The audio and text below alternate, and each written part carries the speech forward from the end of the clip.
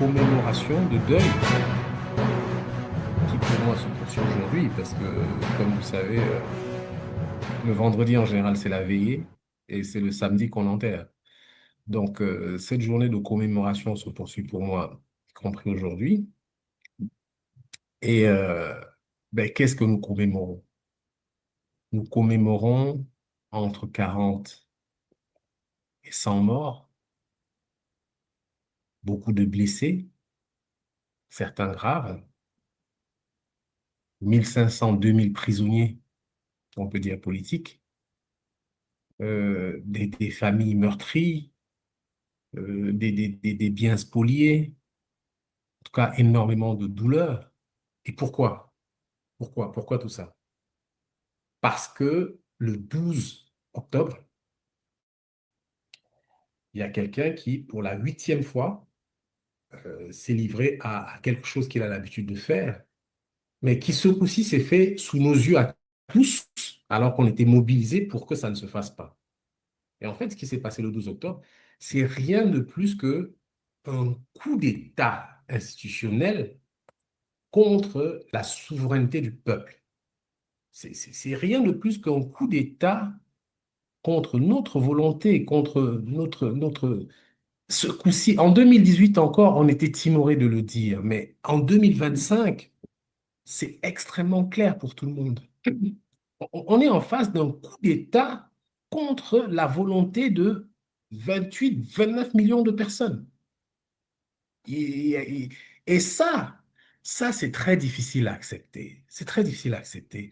Je ne sais pas qui peut accepter de voir ses enfants grandir dans un truc où on t'impose la dictature. Je ne sais pas qu'est-ce que ça veut dire même que travailler, cumuler des biens, si c'est pour ne pas en jouir, dans un espace paisible. Je ne sais pas quelle signification ça peut avoir. Donc, en fait, le point de départ de ce sur quoi je vais vous entretenir, c'est vraiment cette idée de dire non, de dire non, de dire non, de dire 3 fois non à ce coup d'État contre ma volonté, votre volonté, la volonté du plus grand nombre des Camerounais.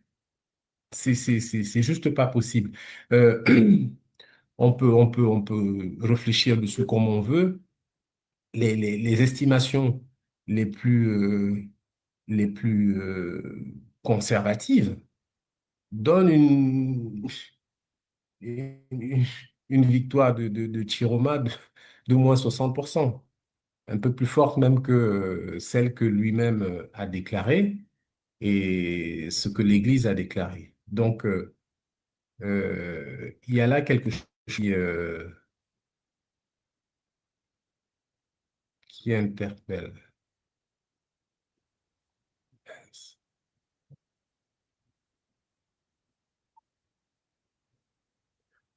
I think we're having some challenge with your sound, Alan. Can you hear us? Yes, I'm hearing you. Uh, Okay. are you Okay. getting me? Yes, I Yes, can hear because you now. Yeah, we lost you for sounds like I have an issue with my Zoom, but if you can get me that, then yes, okay. yes, please keep, yeah, we can hear you. Oui, donc je disais que ce coup d'État institutionnel n'est vraiment pas acceptable. Et donc, ça appelle, de notre point de vue, la résistance. C'est-à-dire que Project C, et j'aime beaucoup cette lettre C qui fait référence à Cameroun, à changement, à citoyen, citoyenneté, à collaboration.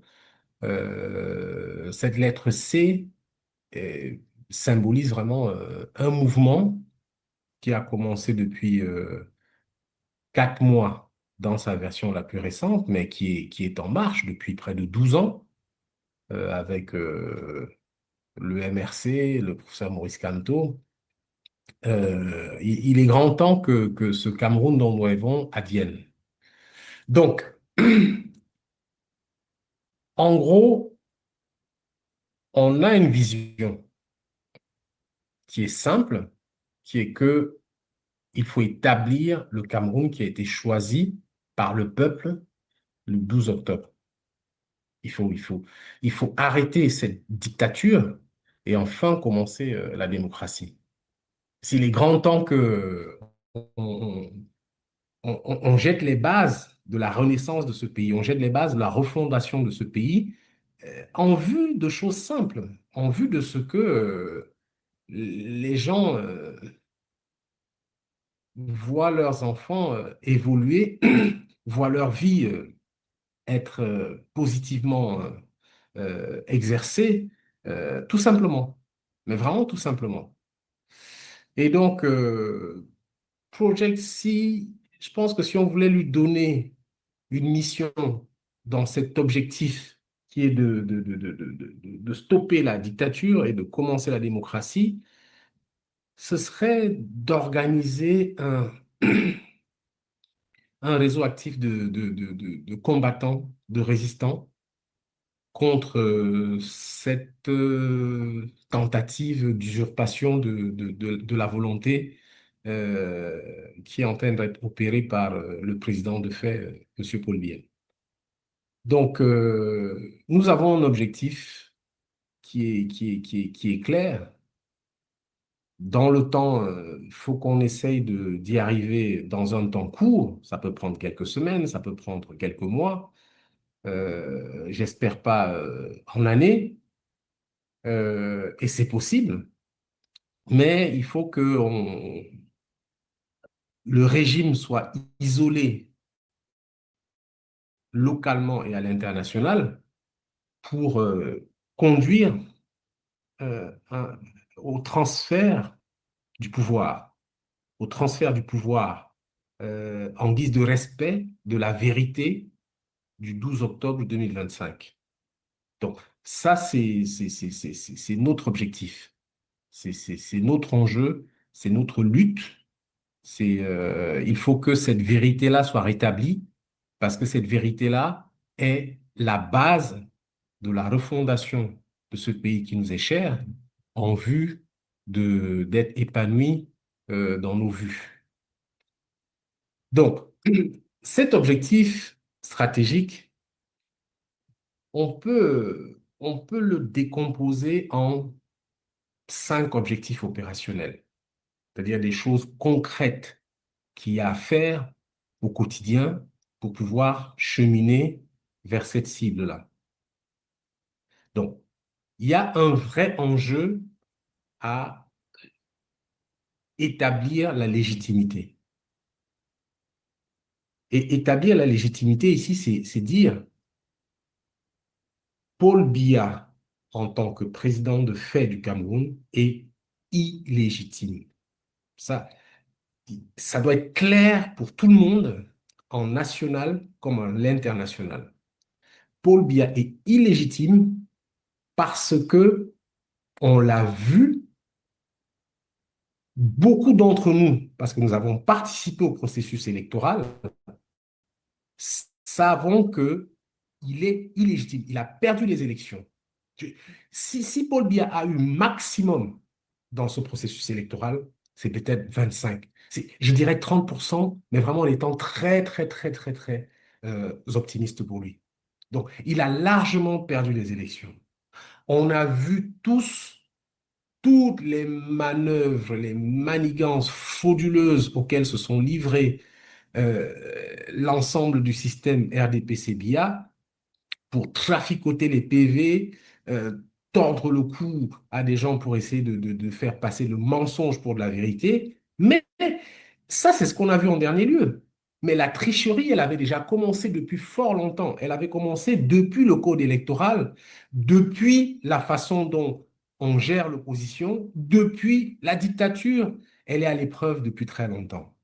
Mais ce qui est particulièrement inacceptable en cette année 2025, c'est le fait que malgré tout ce contexte qui était biaisé dans tous les sens, on a accepté de jouer le jeu et notre volonté s'est manifestée de façon forte. Malheureusement, on essaye de contrer cette volonté-là. Donc, Paul Biya est illégitime, bien que exerçant la fonction présidentielle aujourd'hui. On a par contre quelqu'un qui s'appelle Issa Chiroma Bakary, qui est le président élu.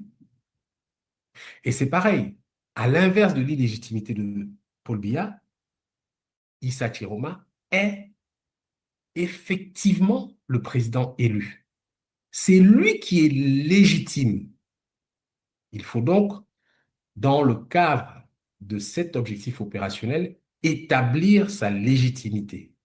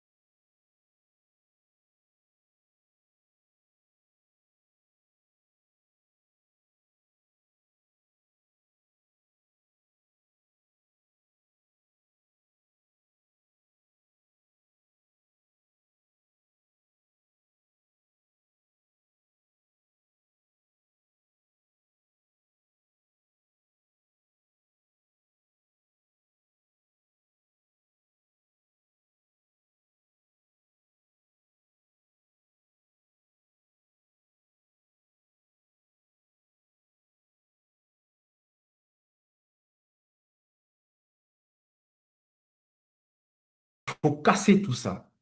Nous avons de la ressource intellectuelle. Il faut savoir expliquer que ce gouvernement, c'est un gouvernement de malfaisants. Et ça, ce n'est pas les éléments qui manquent. Il suffit juste à voir comment ils ont enclenché le budget 2026. C'est bourré de contresens économiques et c'est bourré de plein d'éléments qui expliquent vraiment comment est-ce que on prend la sueur et le sang de Camerounais pour pouvoir nourrir quelques personnes à Yaoundé.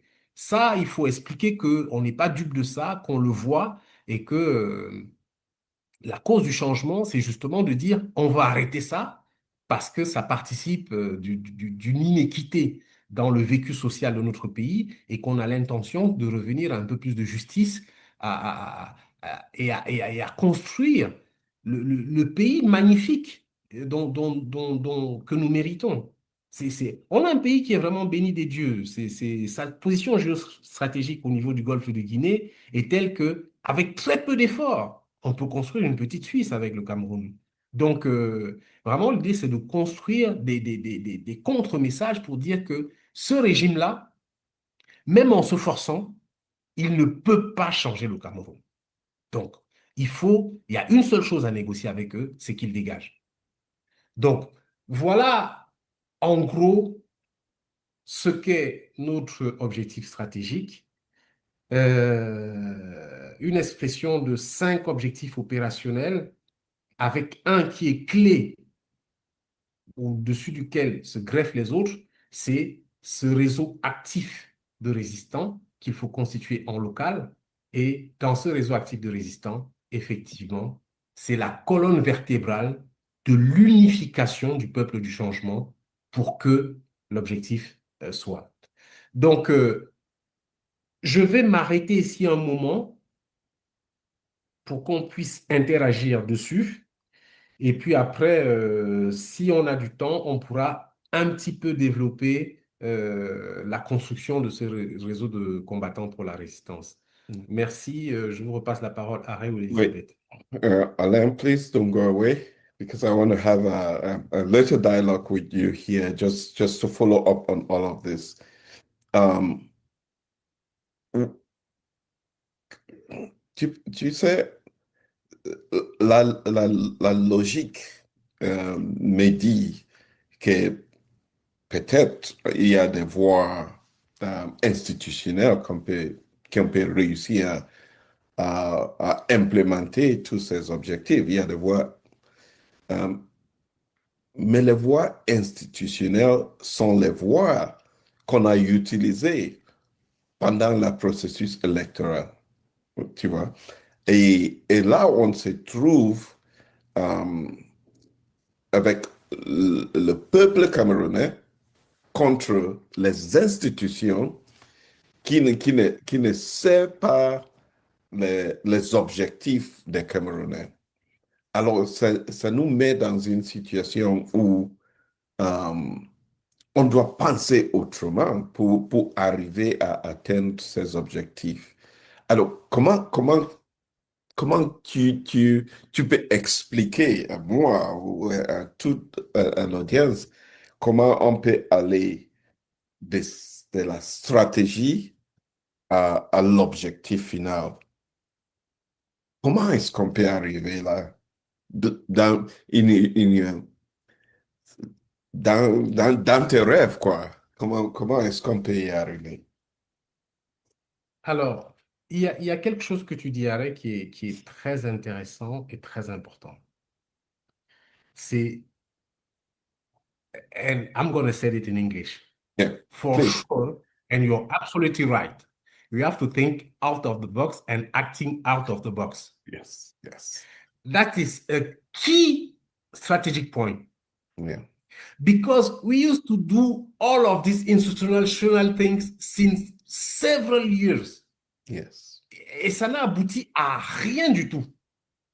Donc, le tout aussi, l'idée c'est de dire vraiment, on va imposer à ce régime notre terrain avec nos règles. Et quand je dis ça, c'est sans limite. Je dis bien, c'est sans limite. Oui, Je répète, c'est sans limite. oui, Concrètement, qu'est-ce que je veux dire par là? Honnêtement, je ne crois pas, c'est même pas une question de logique, c'est une question d'évidence. Je ne crois pas que 200 000, 500 000 personnes peuvent dicter leur loi à 30 millions de personnes. Même s'ils ont 150 000 armées, etc. Je ne le pense pas. Donc, très concrètement, on va dire que parce qu'on est civilisé, parce qu'on sait ce que veut dire enchaîner de la violence sur de la violence et le cycle dans lequel ça peut mener, on dit on choisit exprès d'être non violent dans l'approche. Mais être non violent dans l'approche, ça ne veut pas dire ne pas être vigoureux. Et ça peut passer par un ramp-up. Je peux Oui. commencer par dire, je fais des marches pour dire, je vous préviens que je suis décidé de faire ce que je veux faire. Et je ne fais pas des marches parce que tu m'autorises. Que tu ne m'autorises pas, je fais des marches. Parce que je ne vois pas la police qui souffre comme nous, je ne vois pas les gendarmes qui souffrent comme nous résister à 10 000 personnes qui ont décidé de se rassembler dans un point dans Yaoundé ou Douala pour marcher. Donc, ça, c'est un type d'action simple qu'on peut faire, mais à ce niveau-là, c'est just to say, hey guys, we are on the road, we are coming, take care, faites attention à ce qu'on est en train de vous dire. Mais après, une phase un peu plus vigoureuse dessus, c'est effectivement les villes mortes. Et quand on dit ville morte ici, c'est pas que le fait de rester à la maison. C'est qu'on est en train de dire, comme vous ne voulez pas entendre ce qu'on veut dire, on va rendre le pays ingouvernable. Vous n'aurez plus d'impôts, vous n'aurez plus d'argent, il n'y aura plus de flux qui va vous donner de la matière à gouverner. Et là, quand je dis ça, je reste dans de la résistance passive. C'est même pas de la rébellion. C'est juste de dire non, on ne veut pas de vous, vous êtes illégitime. Donc, on arrête de vous donner de la matière à gouverner. On reste chez nous et on empêche même les gens qui veulent participer de l'économie d'y participer parce que le plus grand nombre d'entre nous disons non. Après, vraiment, ce n'est pas notre business ça. Mais si jamais tout ça ne marche pas, on n'en parle pas ici, mais je suis certain, On parce qu'il passe, y a plusieurs autres mouvements on passe aux qui vitesses pensent à ça, supérieures.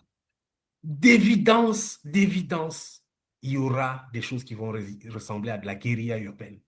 D'évidence. Surtout si, quand on décide de marcher et d'être non violent, on commence à nous taper dessus. Donc, moi, je n'ai pas envie d'en parler parce que ce n'est pas mon expertise. Il y aura d'autres personnes qui vont en parler. C'est des choses qui concernent le président élu Chiroma. C'est lui qui est le maître de cette stratégie-là. Mais pour ce qui nous concerne ici, rien que le fait de marcher, la désobéissance civile et les ghost towns, c'est trois instruments qui sont extrêmement puissants et qui, à mon sens, articulés sur quelques mois, euh, arrêtent la dictature. Je ne sais pas, Arès, si j'ai répondu à ta question ou si il y a d'autres personnes dans l'assistance qui voudraient peut-être étendre d'autres questions sur le même thème. Mais voilà comment moi je pense on peut procéder un peu in a nutshell. Yeah. Merci beaucoup, Alan. That's exactly what I wanted us to start thinking about. There's this quote by Abraham Lincoln which says, "The dogmas of the quiet past are inadequate to the stormy present. The dogmas of the quiet past are inadequate for the stormy present." That we cannot think about this logically to be able, we have to actually be illogical in our thinking because it was the logical thinking that brought us to this point. And at this point, we cannot be logical in the process that takes place. Think about it this way, and I want everybody in the audience to come along with me in this in this tableau that I'm going to paint now. I want to go back because what we're really looking for is liberating our country. This is when we get the real independence of Cameroon once and for all. Once and for all. Imagine the people who fought for independence of Cameroon. Imagine them having this conversation and people telling them it was impossible because they didn't have what it took for them to get independence of Cameroon, and they did it anyway. This is exactly where we find ourselves. Is if we only think about the logical challenges that we're going to face, we would never be able to move one step forward. So my plea to all of us is that we have the plan. We have what it takes. We have momentum on our side. We have evidence on our side. We can build a strong network that will push this government out with very, very little things that we do. As long as we have the solidarity, we have the commitment, we have the support, we can do it. And internationally, the pressure is not going to stop. I will tell you that we will uh, leave no stone unturned to be able to get there. And it's already happening. We started the protest, let me not call it a protest, but a simple letter to the Pope itself. The number of archbishops that have received notice about that visit, the conversations that are taking place, the reaction that we're getting from within the church itself. I don't know that the church was prepared for this kind of reaction, but we're taking it right to the point where we hope that we will actually have a direct conversation with the Vatican, because it doesn't make sense for the church to be playing a role in almost virtually taking a stand in support of the regime against the people. The church cannot be part of the fabric of injustice that keeps millions of people in purgatory and suffering that we've had. So we have to stop that, and we also will be tackling the governments of various countries. Marco Rubio is put on notice that we will be having conversations with him. Elysee is put on notice. So we internationally, we have this covered. And by the way, for all the people in the regime, you will be traveling for healthcare reasons. You will be seeking visas to have your families travel abroad. We will be waiting for you wherever you go. President Biya is scrambling to find a way to get to Switzerland. We will be on the ground waiting for him when he gets there. So there will, if he does get there, because that's another conversation. As Alain said, we will start building that strategic network. Not that start, we already have on the ground. I can call people in various cities across the country who we are already connecting and building this network that's going to unleash the kind of resistance that this government has never seen. And it doesn't take much. It takes very, very limited resources, unbelievably limited resources, because the terrain is already prepared. So I'm asking you all to believe in this movement, to believe in what you can do. We're just calling a brother in DOP or in Tombell and asking them to join this movement, be part of this project, C network, resistance network, so that we can at one moment be able to mobilize, yes, 10,000 people across every country. I mean, we have done the analysis, and by the way, we were working on this with before Jacob Chemeni was arrested, with 3.5% of the population out in Cameroon, the government collapses in 3 days. If we can just put 3.5% and think about it, that's about 1.5 million people. If we can mobilize 1.5 million people out in 1 day across the country and repeat it 3 times, this government goes down. There's no question about it. This is science. This has been repeated. If you look at movements around the world, that is all that we need. And will we lose people? Yeah, we have lost people already. We have lost 40, 60, 70 people. Are we going to stop now? And what happens to their honor? which we were commemorating. Those 40 people yesterday, we said it was not just a statistic. This is not just numbers. This is the history of our country being written. This is the future of our country being destroyed. This is stories cut short that could make a difference. And maybe Eli, I don't know. There was popular demand that we should repeat that presentation of the 40 lives. I don't know whether that's something that we Yeah, absolutely. we I should do do. think so. For those who were here yesterday, I'm sorry you're going to have to go through this again. But let me just say, those 40 lives that have been lost because of those lives, the more I think about it, the more I am inspired to keep going forward. We can have come this far to turn back now. We can have come this far to be defeated or feel defeated, because we are not defeated, but feel defeated. And sometimes I feel like that's what I get from people. But no, we have to stay the course, and we have to win this. I, so should I just go through that presentation again? Okay. All right. So I hope everyone can see my screen now. If you can give me a thumbs up there, Ellie, if you can see my screen. Yeah. All right. We were just thinking about this from the perspective of um, the cost of 40 young lives lost in Cameroon, 40 young men and women killed for demanding the truth. And the truth is that Paul Biya lost. No question about it. As Alain said, we are going to come back we're going to document clearly how Biya lost, how he stole the election, and what this means for the Cameroonian people. We're not doing this to prove to anyone that Biya lost, because everybody knows, but because we want it to be a document in history, so that we should never find ourselves in this position again, so that our children would know that this moment happened. Biya lost the elections and stole the elections. Let's talk about what this 40 lives meant. These are potential teachers. Each individual had a unique background. They had aspirations.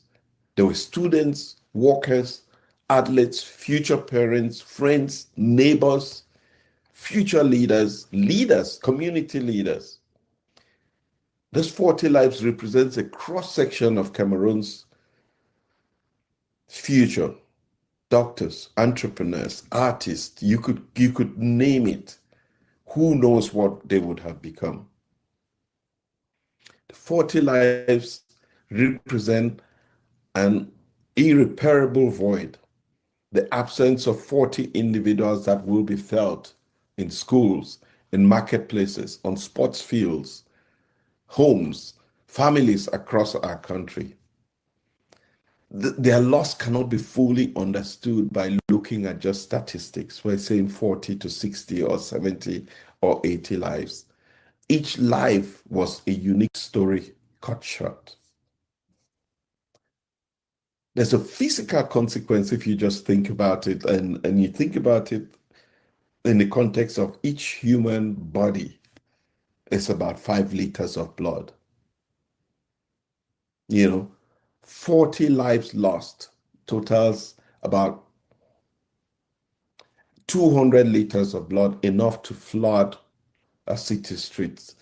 That's just a symbol of the scale of the violence orchestrated by the regime against its own people. There is an economic and social loss. Economic in the sense that these are bullets purchased with public funds, government, taxpayer money. It represents a moral and financial misallocation that this is used against our own people. That there's a sitting government that has the ability to use taxpayer money to get bullets against its own people, take away its own lives. The resources diverted from that could go to education, build schools, social welfare, hospitals, provide water in communities that don't have access to clean water. Every victim represents the future contributions to our economy, to our healthcare, to our justice, to society as at large. All of that is now permanently taken away. There's value in every life. Each one of us brings unique opportunities to the future of our country, and it's been taken away from the four people. This also leads to civic and political breakdown. This violence that we have experienced, that 40 or more than 40 people have died, is not the result of war, which we can say of what the number of people who have died in the Northwest and Southwest over the last many years. It's not as a result of natural disaster. It's not a volcanic eruption, an earthquake, or flooding, but the direct consequences of state repression that Biya lost an election, and this, because he lost, people are dying. I spent time with Goodluck Jonathan, former president of Nigeria, and there was something he said to me that was very striking. He said, I could have stayed on as president, but I never wanted one person to lose their life in the name of me being president of Nigeria. Why can President Biya not have that kind of logic to say nobody should lose their life because I have to be president after 43 years? National wealth is channeled away from essential public services and directed instead towards security forces and mechanisms of control. That on our streets we saw war tanks against civilian population. And yet down those streets, there are people who don't have access to water, to electricity, to the internet. And yet we have the ability to have this military equipment on our streets.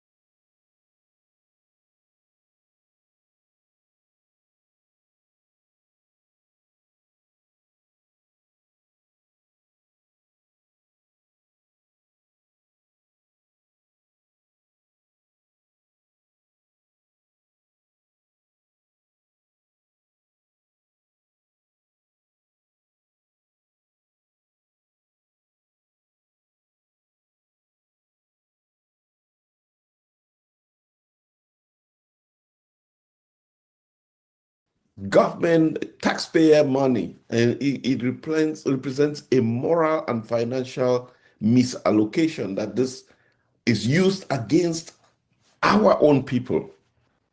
That there's a sitting government that has the ability to use taxpayer money to get bullets against its own people, take away its own lives.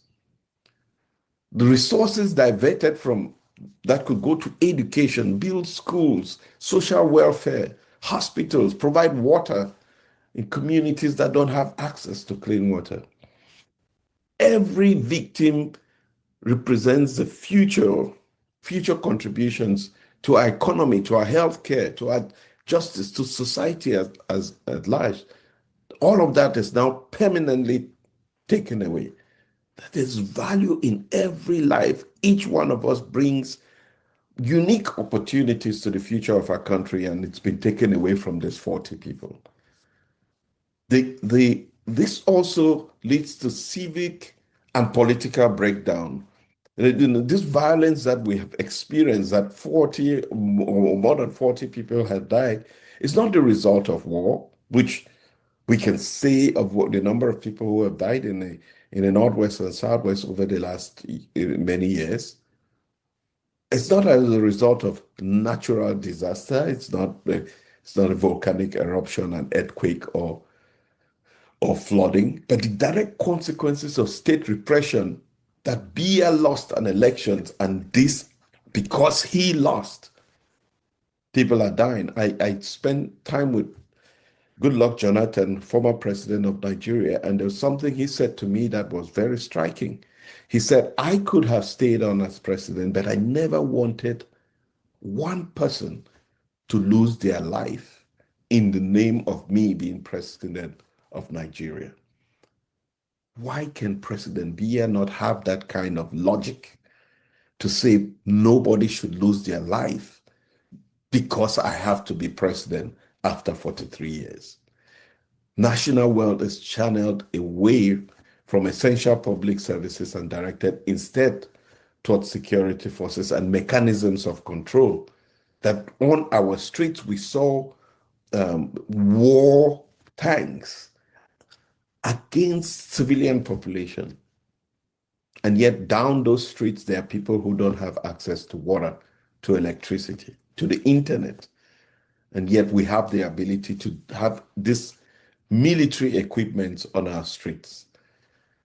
Well, of course, there are social consequences because trust continues to diminish between the public institutions, which we spoke about earlier. The fact that this is happening only continues to erode the government's moral authority.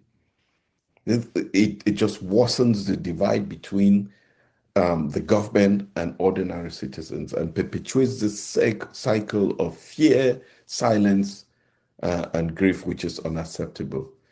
And I will not forget to emphasize the historical significance of this moment. That we must use this 40 lives as a symbol of disruption. That we cannot move on as if nothing happened. We must use this 40 lives as a defining moment in the history of our country to say not anymore. How is it acceptable that Monday comes and we go to work knowing that 40 citizens lost their lives as if it didn't happen? We cannot accept death to be an ordinary consequence of daily life in a country that could prosper without anyone losing their lives. So we must mark this moment in history as a mile marker for where we go from here as a country. This is incredibly important that we remember that let's call this what it is. It is a historical fact that every history book must carry going forward. That for those who lost their lives on May 6th of 1990, when the SDF was launched, that we didn't define that moment. And since then, we have seen people lose their lives in different instances in Gabu and all of this. And we have not stopped as a country to make it a historical fact. It's up to us to make this moment one so that we can remember all those who went before them at this moment and ask ourselves how long we will continue to have these deaths without action. And this is where we go from here. Obviously, I spoke about the international pressure. We must keep international eyes. The world must keep its eyes on Cameroon, so that we judge our country. They judge our country for what it truly is, a dictatorship, a government that has lost complete legitimacy, and a people that are yearning for independence, because that's what it is. We are fighting for the independence of our country from thugs that have torn the page of every article in our constitution, have disregarded the rule of law in itself, and are basically highway robbers staying in power, disguised or cloaked with the institutions of our country. There is no logic. There's no logic in us thinking that this is ordinary moments and that we would use ordinary means to get there. We, the people, have legitimacy and momentum on our side, and we must keep the pressure and the fight on. We cannot back down now. We've come too far. So this is what we thought to share with you all about what these 40 lives mean. It's more than just a statistic. It's a mile marker, and it must help us define what kind of future we want as a country.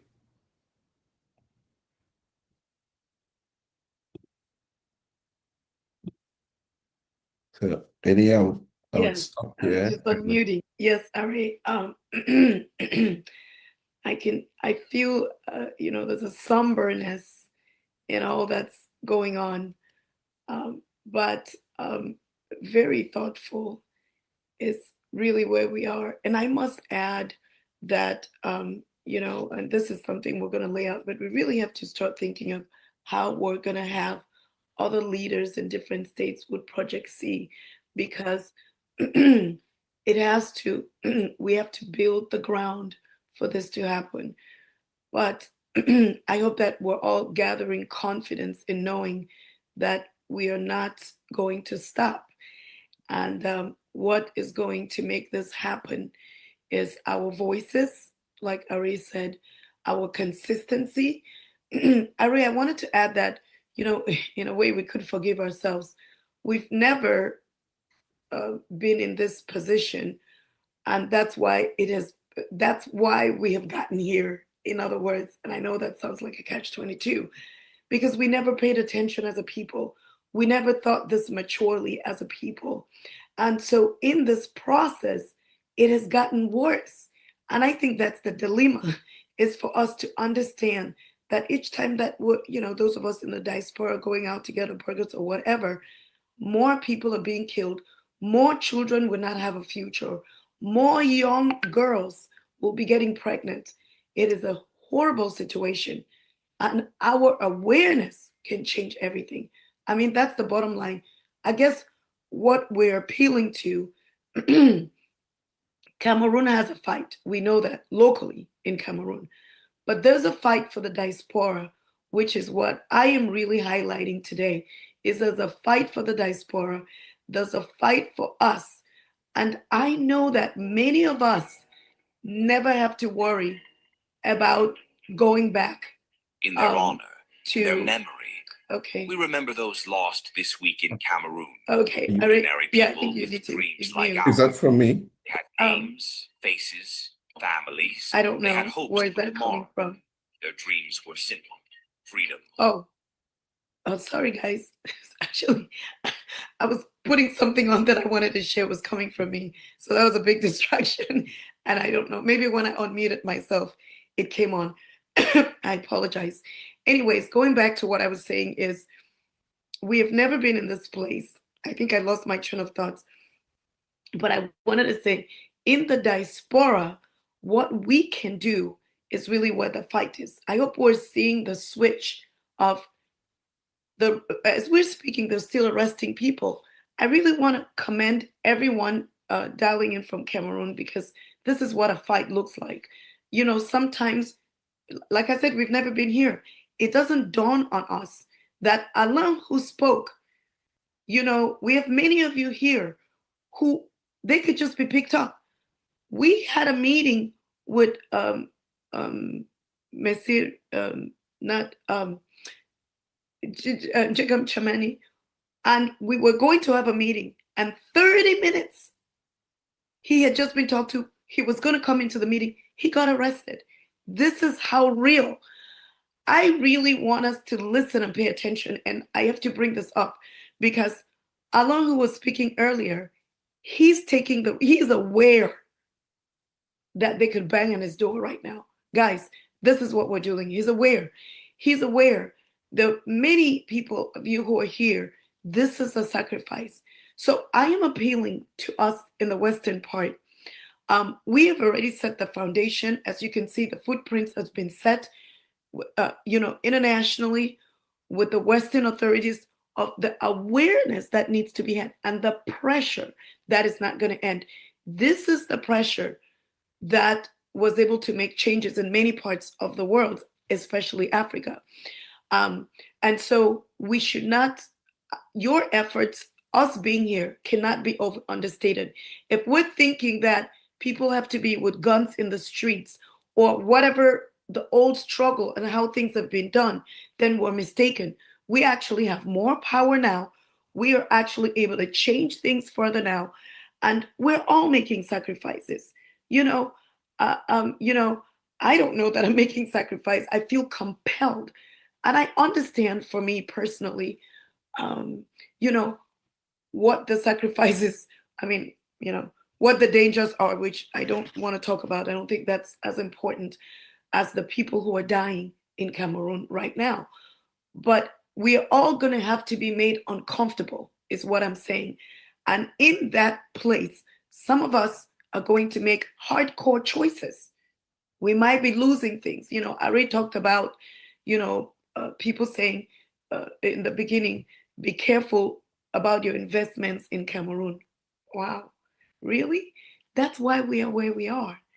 Because even though we saw the outside and things happening, we were not willing to be uncomfortable. And then now you could just step out of your door and you can see the falling down is happening. How much more can we bury our heads in the sand? I am really appealing to us in the diaspora to be willing to make the least we can do is how uncomfortable can we be across the US, Canada, all of Europe, Eastern Europe. How uncomfortable can we be? It's the question that we need to ask ourselves. How uncomfortable can you be? We are already uncomfortable. If I had my way, I'll raise my boys and be in my country. Pick up whatever skills and talents I've learned here and be. I don't know that I may be able to do that again. I don't know, but the fight doesn't finish. So our putting ourselves to be uncomfortable, it's such a small price to pay for the magnitude.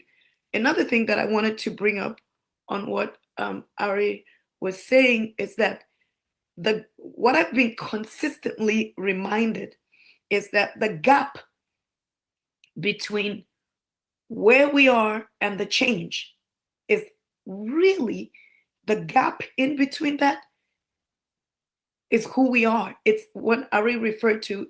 Now is the time, the quote by Obama. Ari, you had the quote by Obama. I can't quite remember. If you can state that again. We are the ones we've been waiting for. We are the ones we're waiting for is what is in the gap. And when Alan was speaking, there were certain strategies that he gave, the things that we can do. That is in the gap. And so the length of time for when we are free, so to speak, and when we're not, it's depending on us. And this could be daunting. I'm not going to say it's not daunting for me, but it is. And mark you, that doesn't mean we're going to have weapons. We need to buy weapons and finance people in Cameroon and put more of our children in harm's way. You know, the damage that has been done, I dare to say, you know, kids who are supposed to be in school, who are taking drugs and smoking so they can be hardened, so they can fight. We know what that looks like. We in the Anglophone zone knows what that looks like.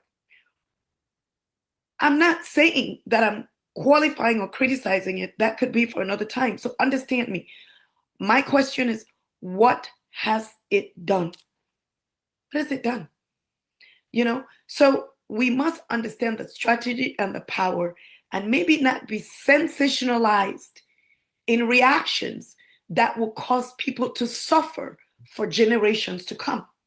Now, you know, I'm originally from Bamenda, I would say part Bamileke and Bamenda, but I would say I have not been where I call home in a very long time, almost 20 years with the struggle.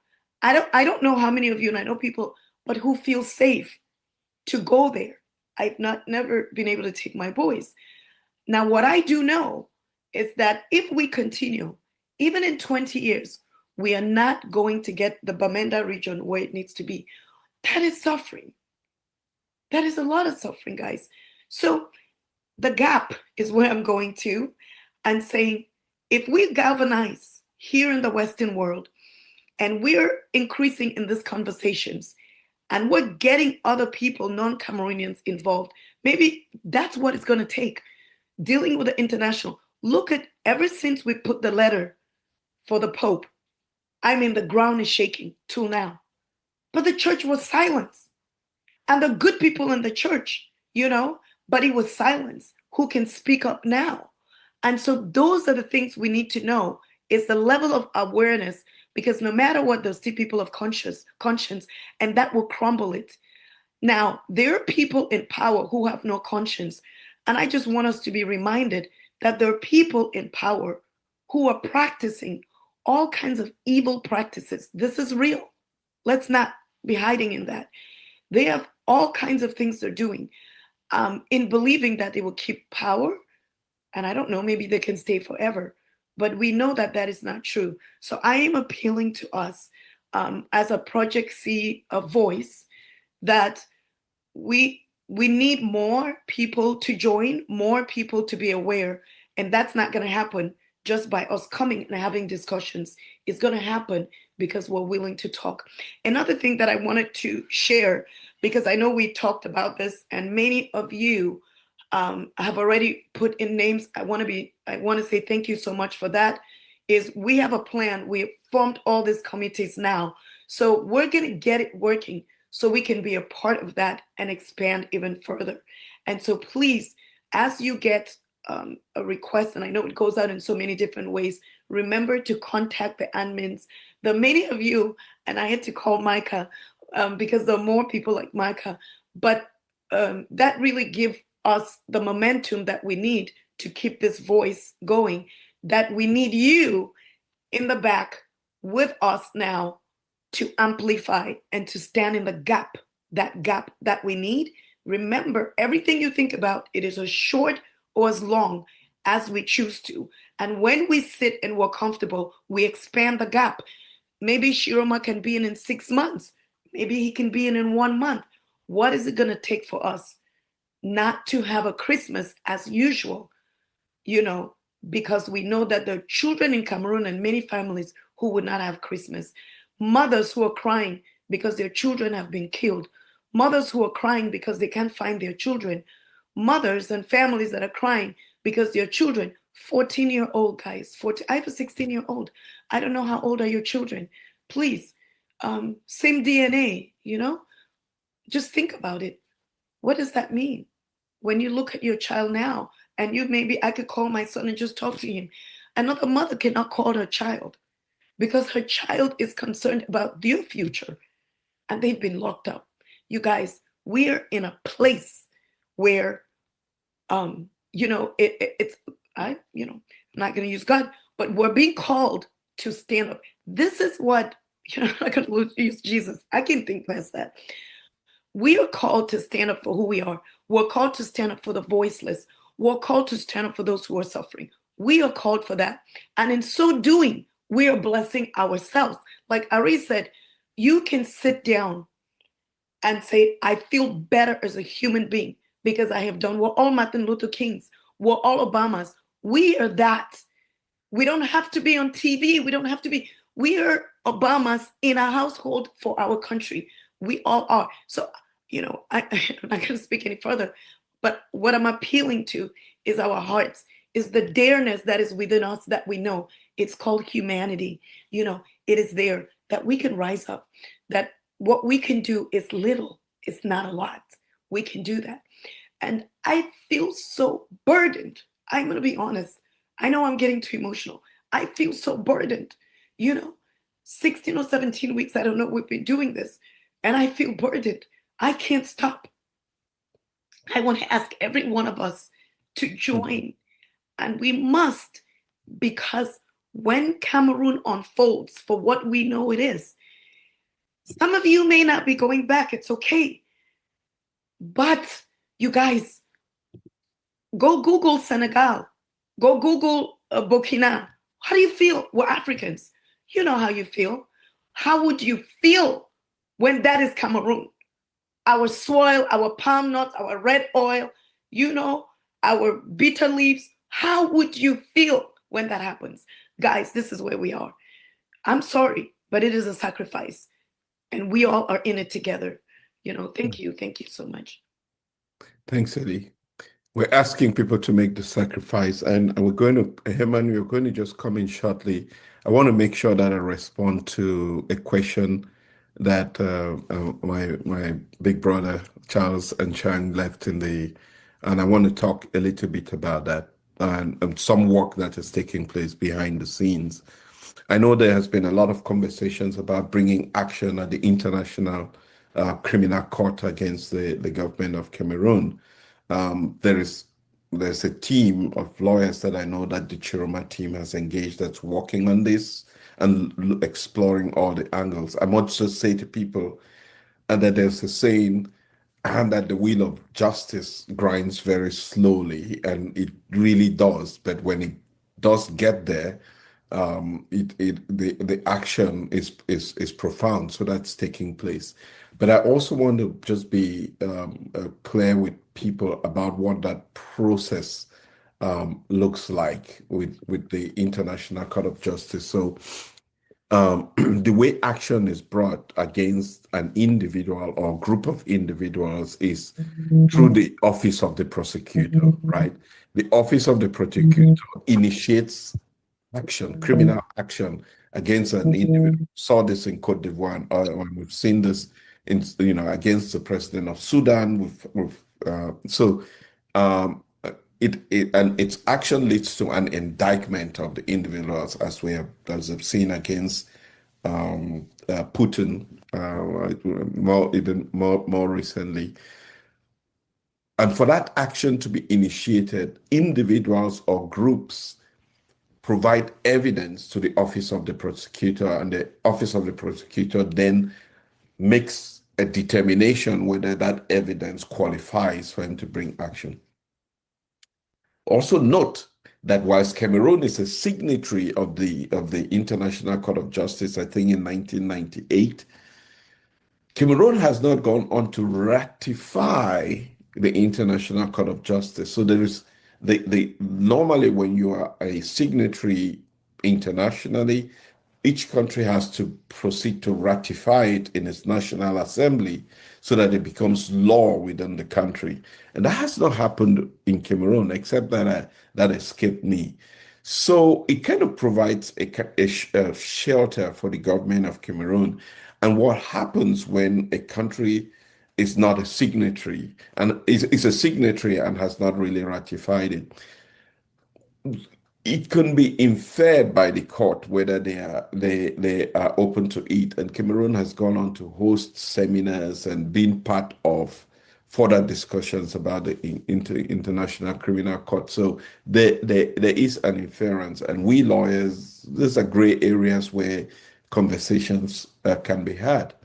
But it's still, action can be initiated by the court itself, again, based on the pressure that we're going to be putting on the court.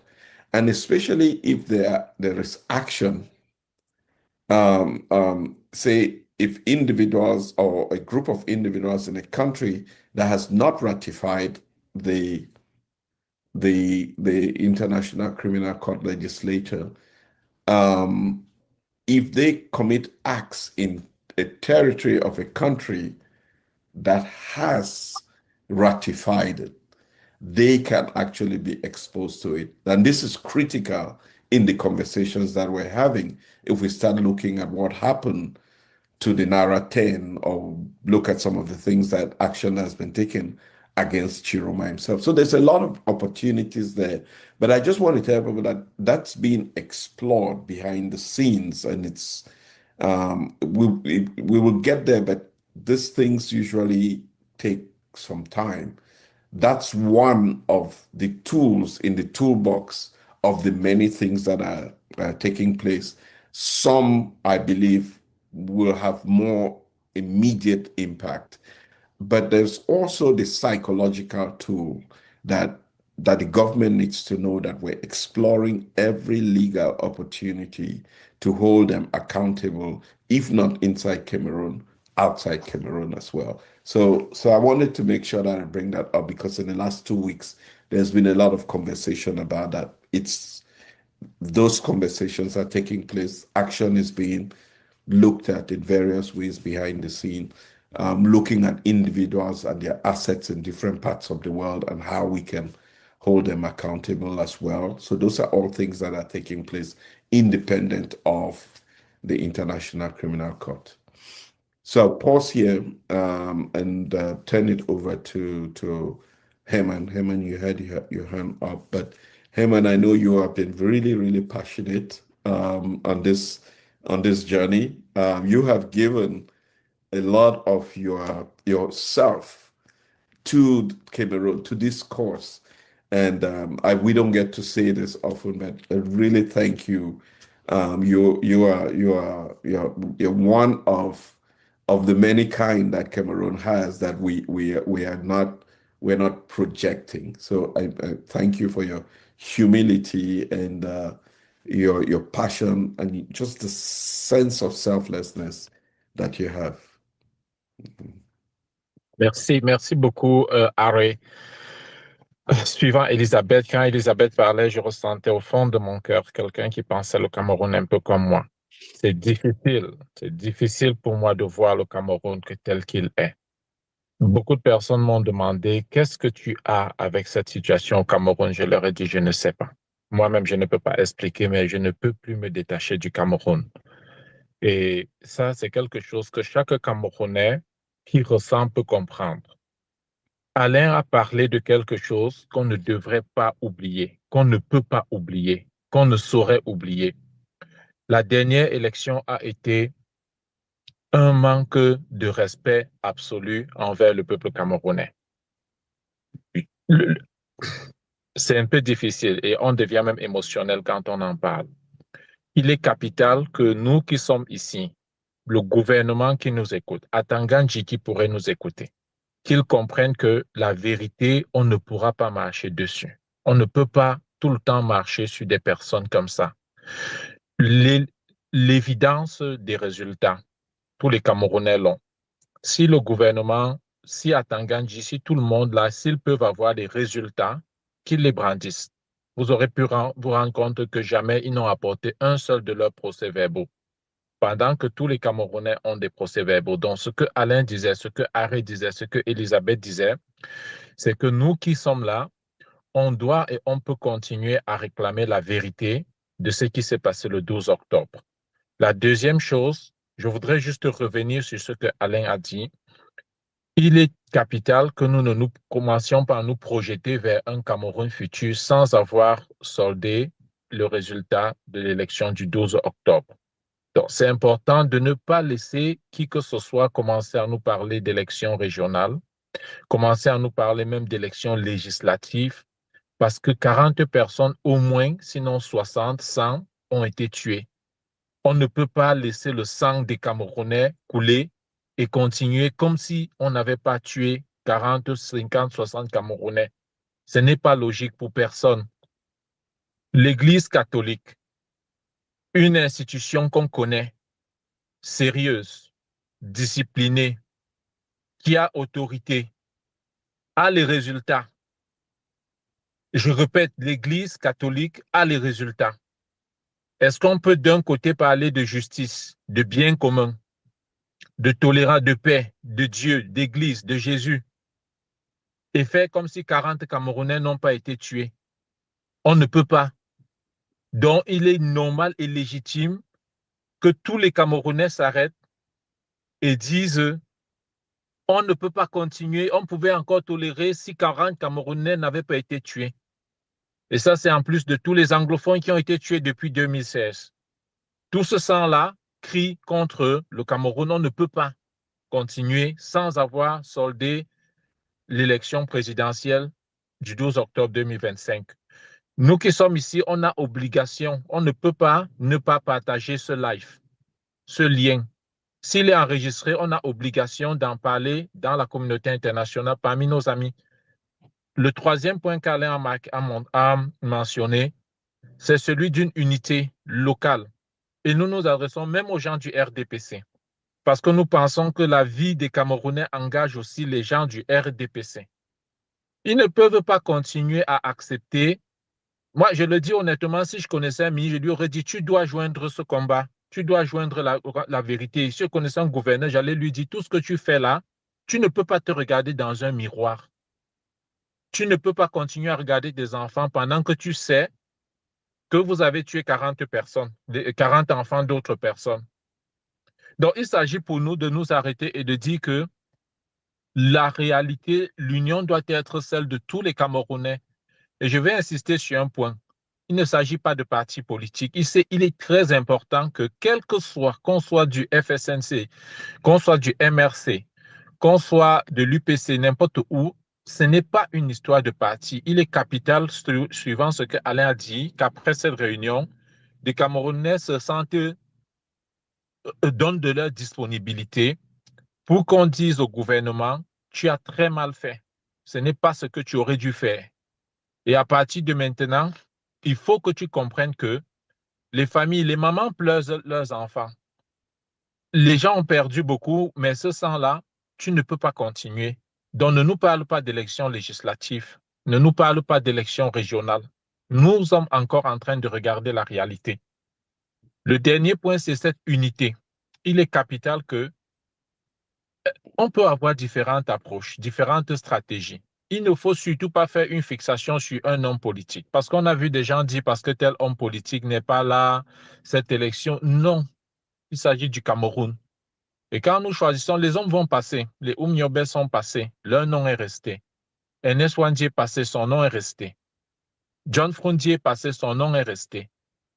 Donc, il est capital de comprendre que si celui que je veux comme président n'est pas là, le Cameroun va quand même rester. Donc, c'est important que je fasse savoir aux autres personnes de la diaspora qu'on doit travailler ensemble et bâtir, vertébrer, voilà, c'est peut-être le bon mot, on doit absolument vertébrer le processus par lequel nous voulons que la vérité au Cameroun soit su. Et il est capital qu'on se projette dans un objectif à court terme. C'est pourquoi personnellement, je suis contre toute idée de penser aux élections.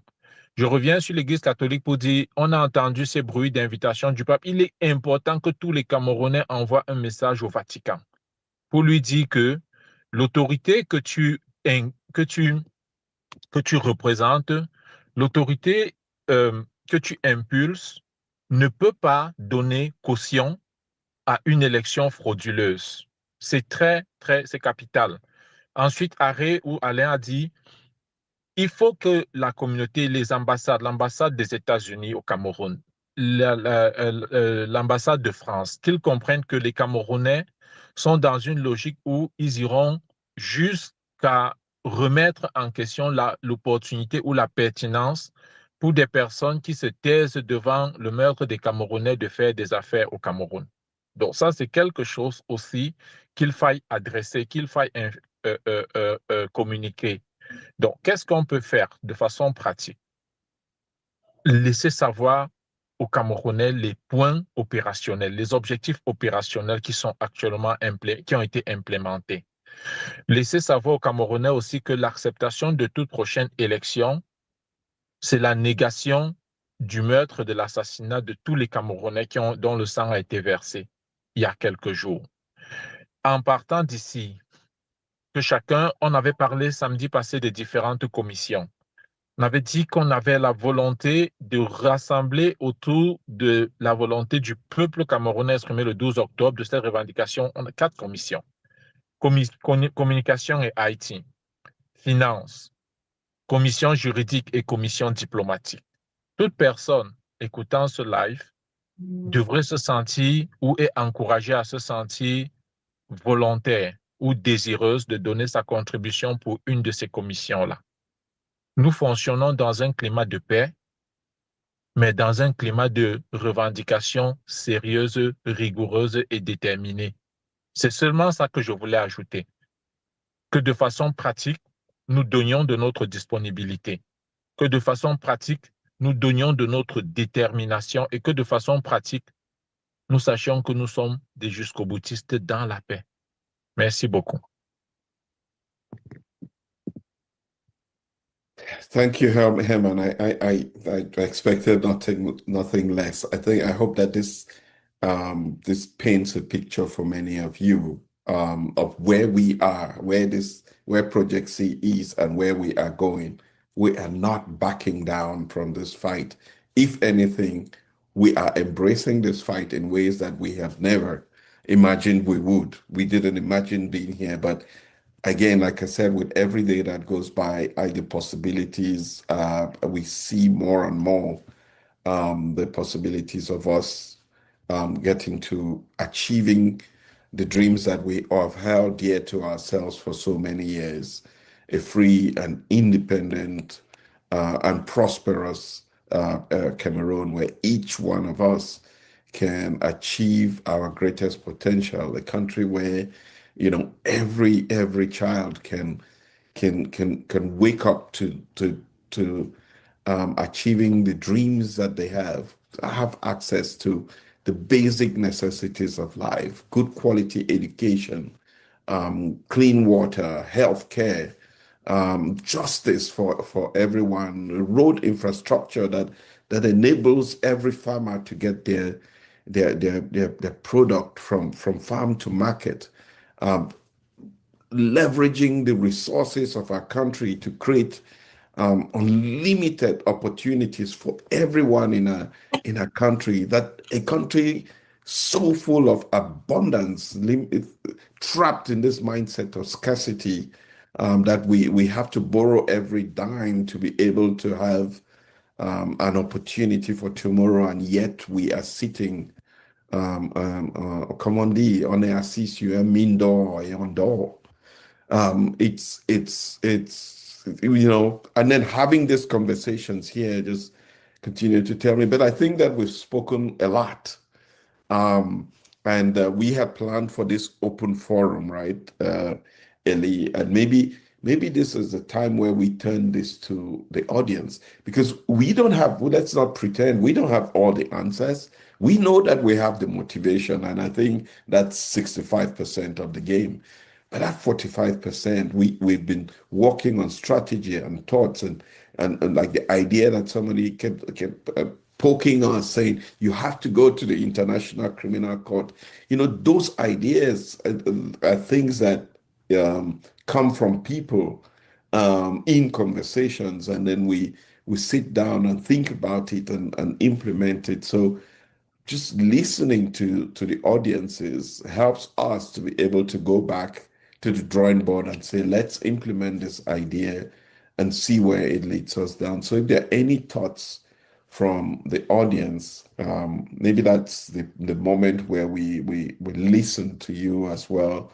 And you take ownership of this moment as well. This is your part to play. We're passing the ball on to you, and you're wearing that jersey of the Indomitable Lions and playing your part now. So, Eddie, I'll let you. Yeah, I think it's moderate perfect. that. I think we had some people raising their hands earlier. Ari, you're so right. It's not just the one thing, even the idea of writing a letter to the Pope. Yes. Even when we started with the candidates, there's so many ideas that came because, we heard suggestions and we had meetings and yeah. So please, I know that there were some hands that were up. If you can just raise your hand, maybe a question, an idea, a discussion, this is the time.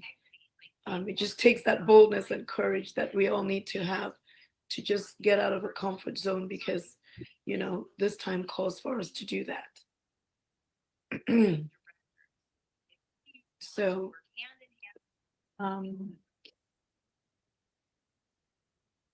I see somebody, is that a question? Was that, oh, I don't know if that's a Oh, question. no, that's a response to. This one's okay. And Delphine made a suggestion earlier. I understand if you can't get on camera, but I think she made a suggestion earlier. I can't remember. And Delphine, I'm trying to. yeah, it was Delphine Kamga. Earlier, I was looking at the Oh, notes. she said, I agree. We need to be obsessed about our objectives. Absolutely. You need to be crazy to be able to achieve it. And that's what we want to, that's where we are, that moment of folly that is going to define the next steps that we take. Because these are no ordinary times, and it will just take extraordinary will and desire for action to be achieved. Anate Taku said, very achievable dream, less than 5 years under the right leadership. We can really live a different life. I look at how Senegal has changed. I mean, let's just talk Burkina. We're close. And Benin, Cotonou. I had been at a country I went to for the first time in 1999, and it was so backward. And I took I went from Cotonou all the way to Ouagadougou by road. At the time, there were not many flights across Africa.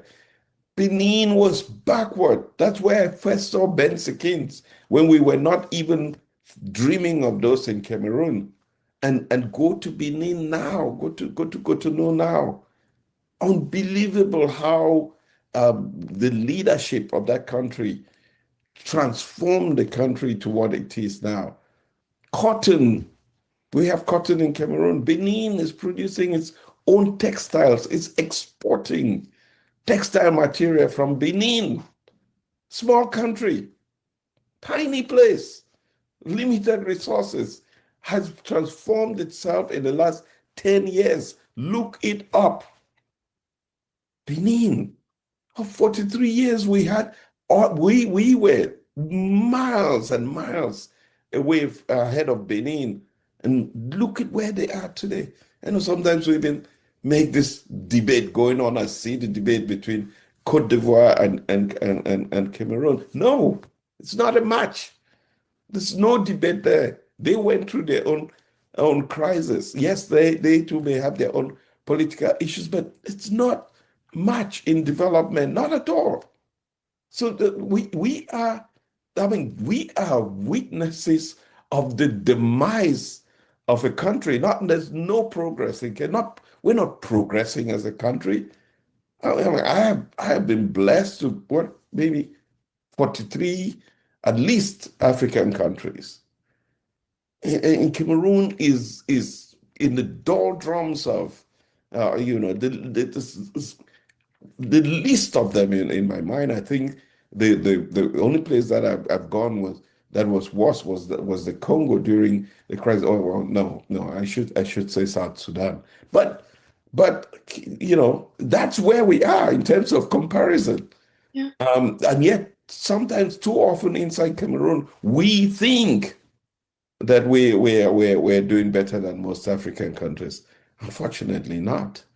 There's so much stories that he can tell that you can see how much we have lost in terms of potential and opportunity.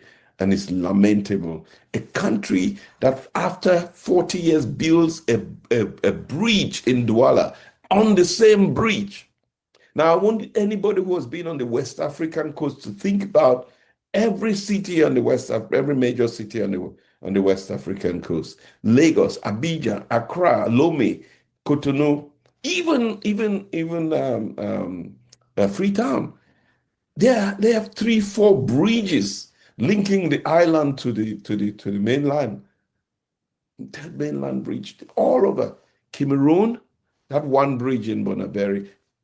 That we have engineers that decide that we're going to build the same bridge in the same place without taking into consideration 40 years of population growth and how we could distribute entry into Douala. What is wrong with us?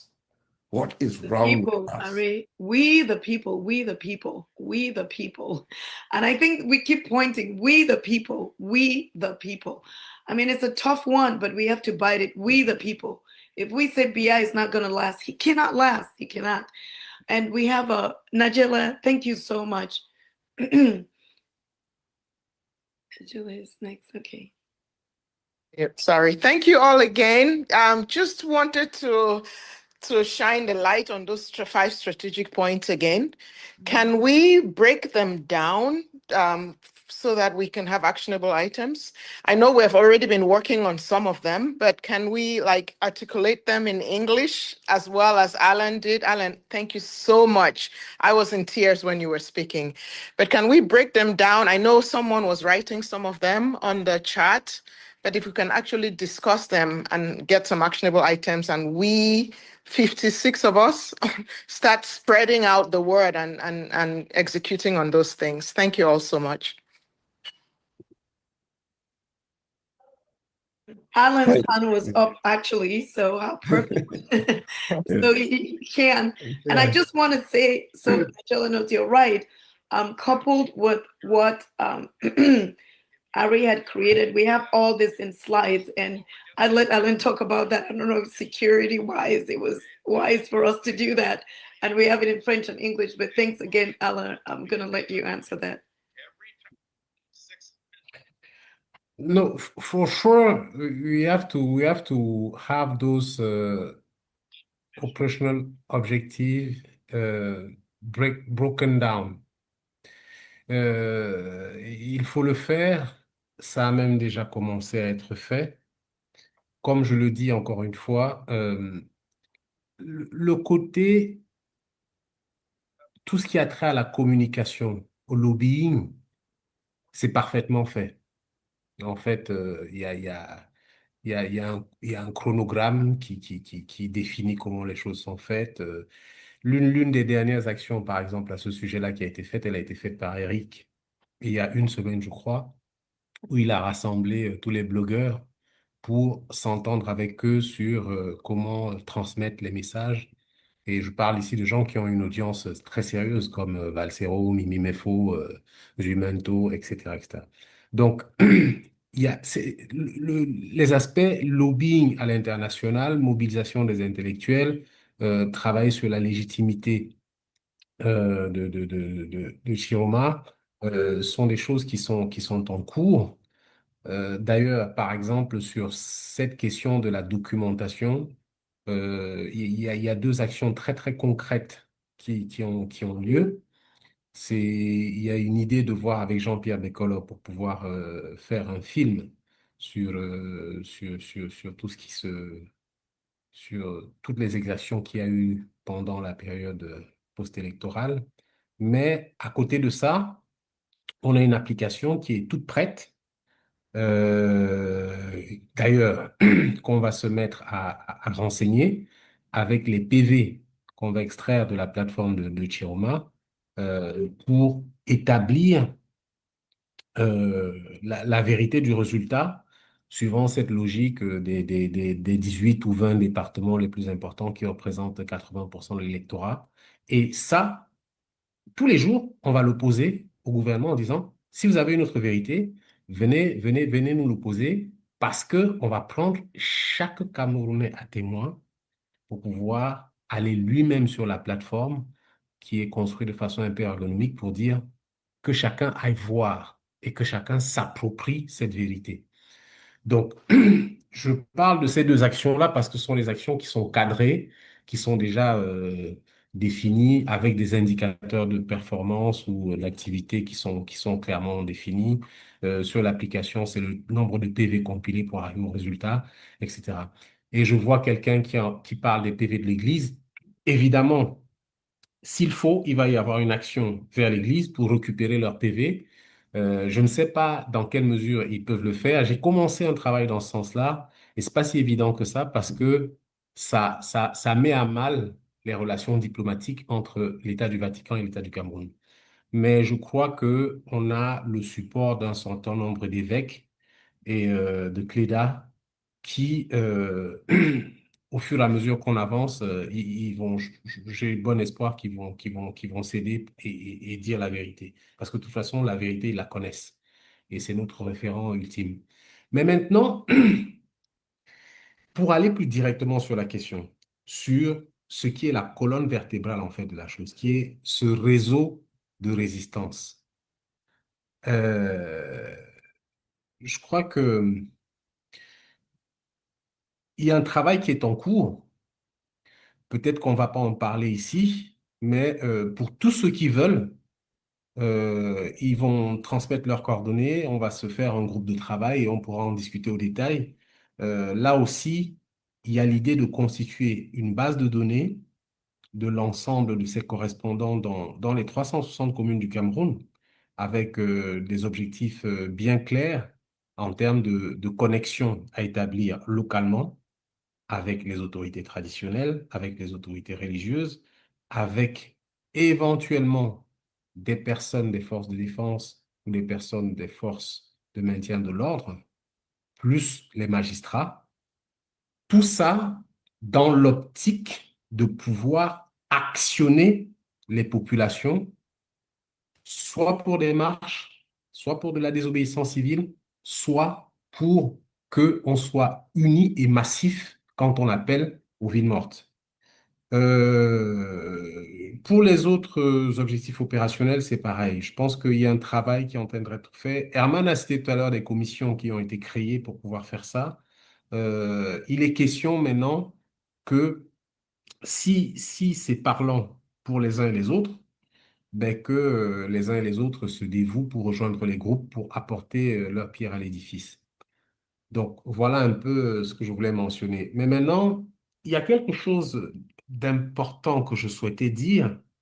J'ai commencé par répondre à la question avant d'insister sur ce que je voulais dire. C'était que Arène n'arrête pas de poser la question, comment se fait-il que le Cameroun, qui est doté d'autant de richesses humaines, de richesses tout court, parce qu'on ne se le dit jamais assez, mais c'est, permettez-moi de prendre 2 minutes pour vous le dire. On a un pays fantastique. Après le Zaïre, on a le plus gros potentiel hydroélectrique en Afrique centrale. 25 000 mégawatts. 25 000 mégawatts, enfin, j'ai pas, si je faisais des conversions, c'est de quoi nous assurer, rien que ça, c'est de quoi nous assurer la vie sur quelques générations. Pourquoi? Parce que 25 000 mégawatts, c'est 10 fois plus que notre consommation actuelle. Le restant pourrait être vendu au Nigeria, à la Centrafrique et à des pays voisins. Et rien que avec l'hydroélectricité, quelque chose que la nature nous a donné, on arrivera à vivre. Mais je passe le fer qu'on a, je passe l'or, je passe des terres qui sont mais incroyablement agraires pour arriver à des choses plus précieuses encore.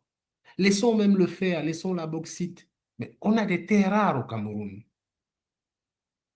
Et juste pour que vous compreniez, les terres rares, c'est le game changer économique en ce moment. C'est-à-dire que la Chine, par exemple, Chine est ce qu'elle est parce qu'elle est en train de développer des terres rares. Nous avons des relations commerciales avec la Chine. Mon Dieu, mais qu'est-ce qu'on ne pourrait pas, même dans un deal à 60-40 avec eux, bénéficier de leur technologie contre leur en donner une petite partie, mais vraiment faire de ce que nos vies pour chacun soient magnifiques, merveilleuses.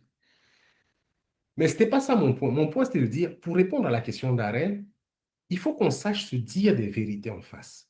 En fait, le point premier, c'est notre égoïsme, notre manque de sens de l'altruisme, parce qu'il y a quelque chose qu'on n'a pas encore compris. On n'a pas encore compris que c'est mieux de se mettre à 10 pour faire un gâteau qui pèse 1000 et avoir un dixième de 100, c'est-à-dire 100, plutôt que d'être seul dans son coin et de faire un gâteau qui pèse 10 et sur lequel on a 100%. Ça, c'est quelque chose de l'ordre de l'état d'esprit qu'on n'a pas encore. La deuxième chose, c'est nos égos. Et ça se voit même dans l'élite progressiste.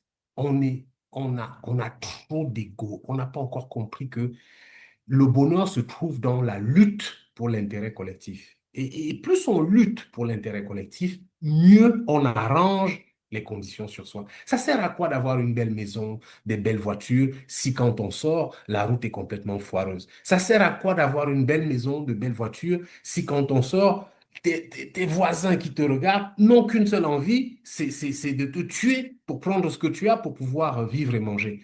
Ça sert absolument à rien. Donc, en fait, il y a un travail vraiment très important qui est de l'ordre psychologique pour, avant de vouloir le changement, il faut déjà changer.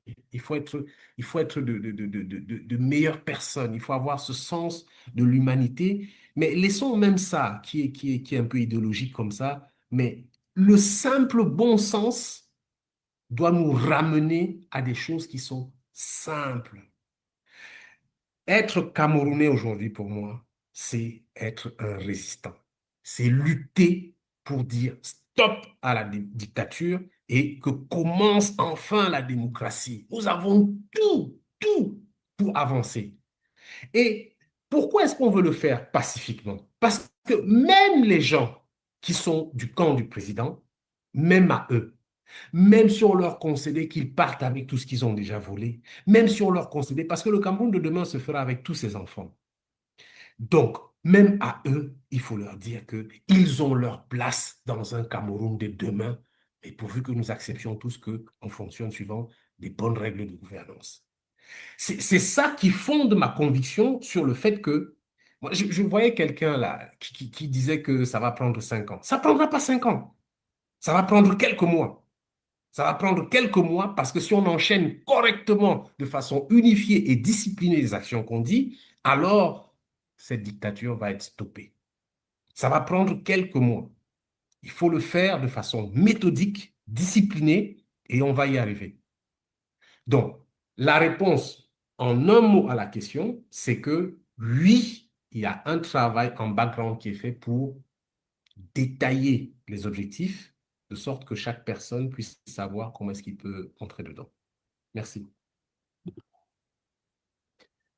Thank you very much, Alain, for painting that picture of this. Again, it says we are in the way of our own progress. Each one of us, we are in our way. Let's get out of the way of our progress. Let's put aside our egos. Let's not be greedy about what we want to achieve, because it's better for us to achieve this together as opposed to us trying to go it alone.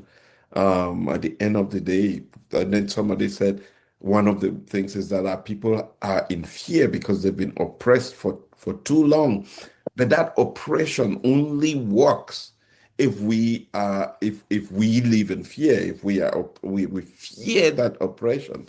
I keep saying to people that I'm the one person that's flown to Cameroon, been put back on a plane, and I still went back to Cameroon. I must be insane to do that. But I'm still here and I'm still fighting this because this is not for me. It is for the country that I believe that we can have, and having had the opportunity to see the world and see the opportunities that we're losing. I go to bed every night in shame and disbelief at just how much we have been unable to achieve as a people. Let me bring in Terence here.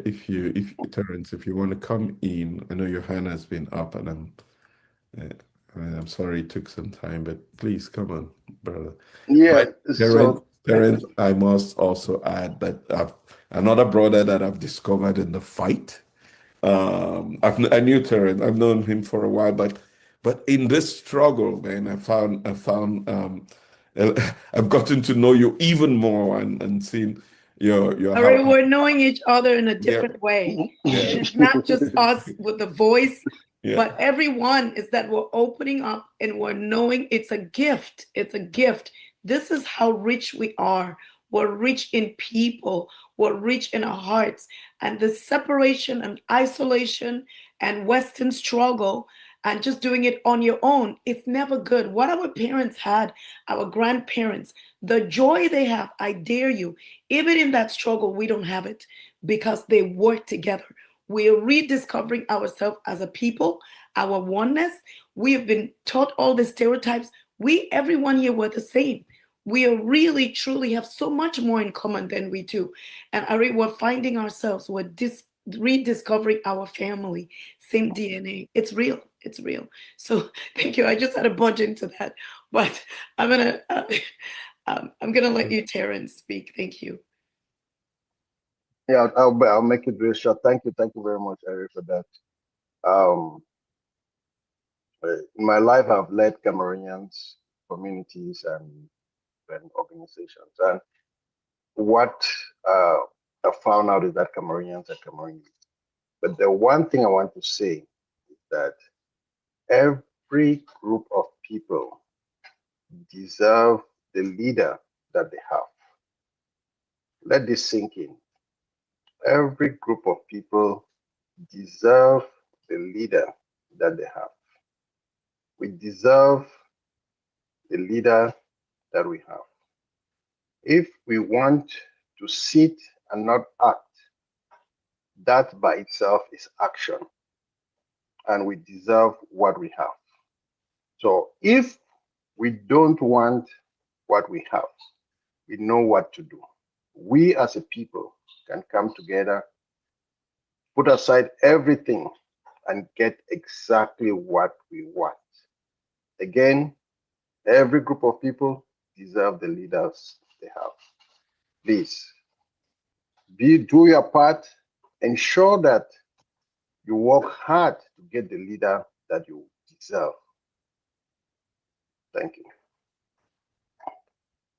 Yeah, thanks, Terence, for that. We deserve the leaders that we have. So that's just a rude awakening of our reality, and we say no. We say no. That's unacceptable. This is not the leader that we want, and it's not the leader that we deserve. And so we have to prove it, and we prove it by action that we're going to be taking.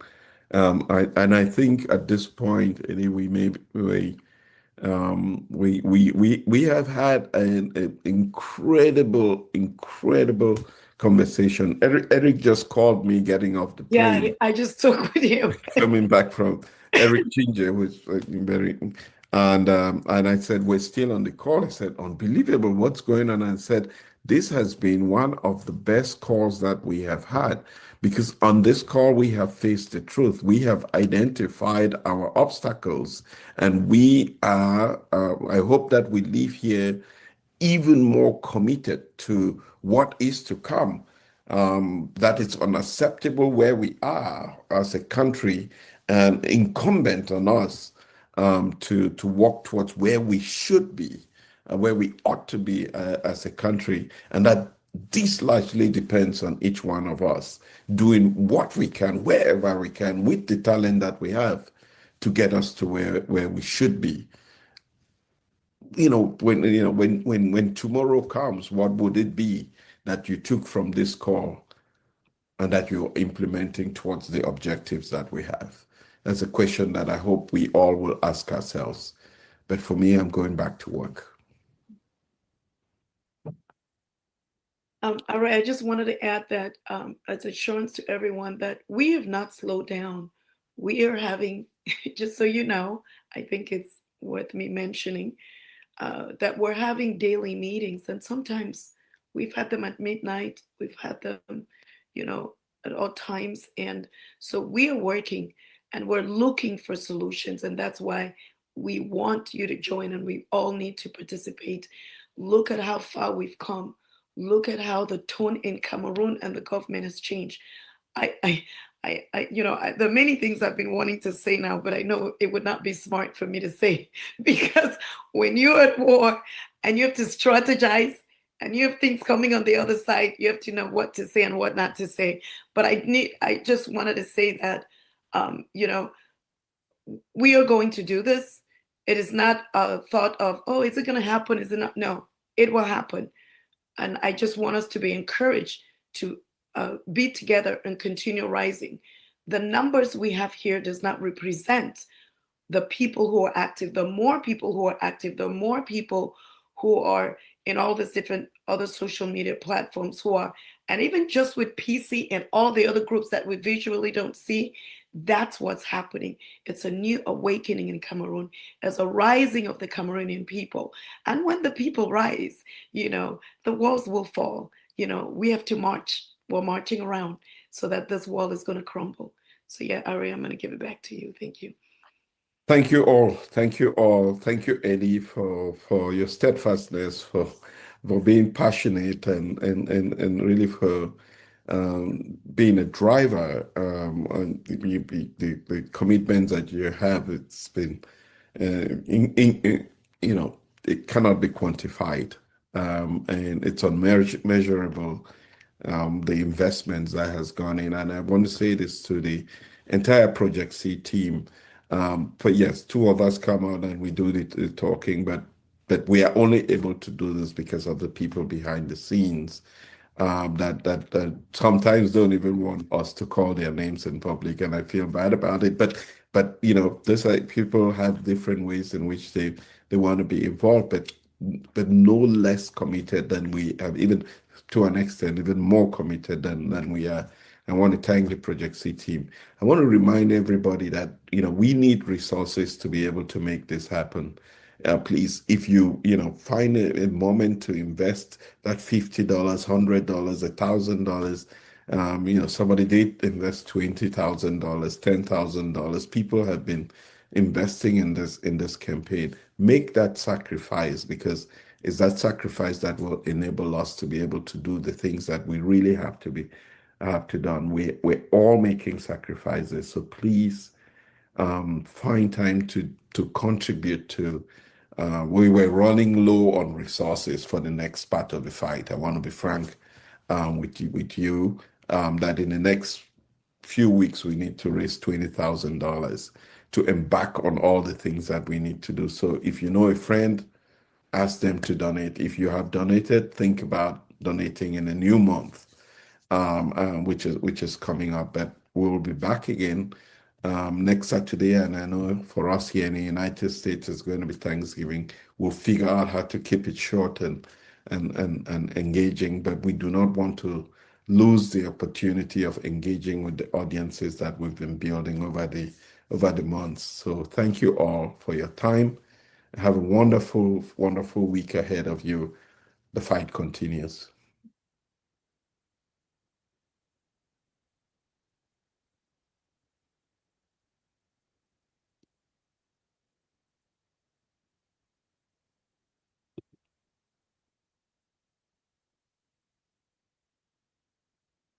Hey, oh mama Africa,